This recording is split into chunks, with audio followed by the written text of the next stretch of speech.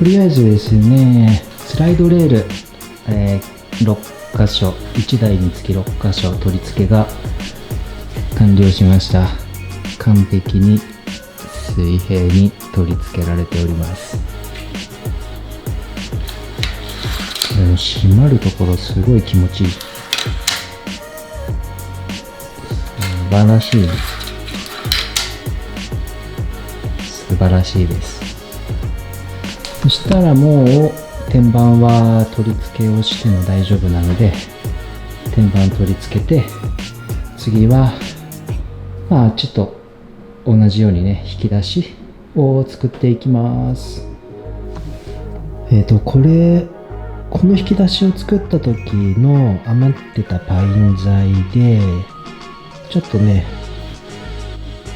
1個だけ作ってみました。で、色もジャコビアンで塗ってみましたら、なかなかいい感じだったので、今日は残りの材料を午前中買ってきたので、あと5つ作ります。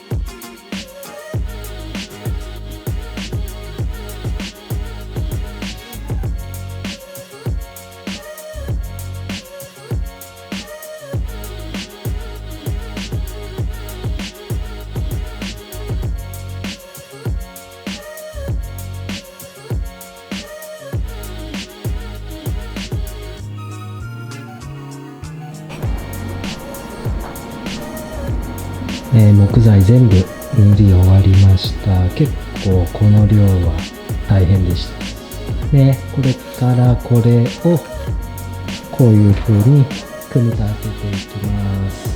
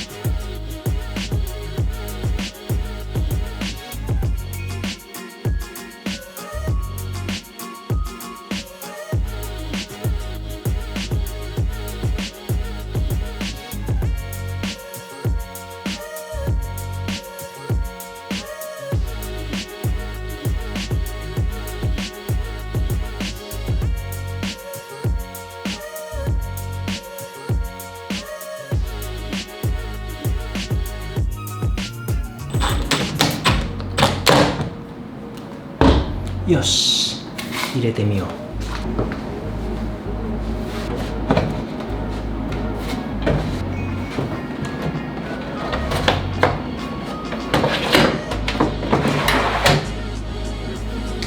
いいね。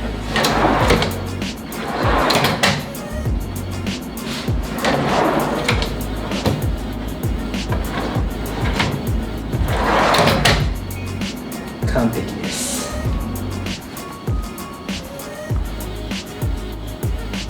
よし、終わった。引き出しまだ終わってないけど、ちょっと入れてみよう。最後の1個。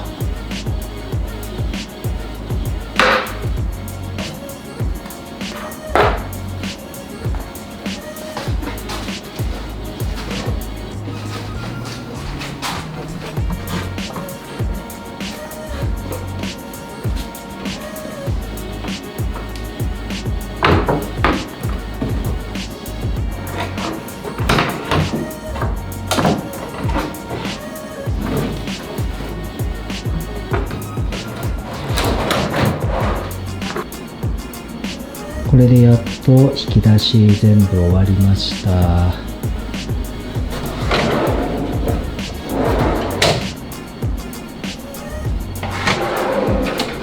すごい収納力だね。作ってみて改めて思うけど、すごい量入る。でまだ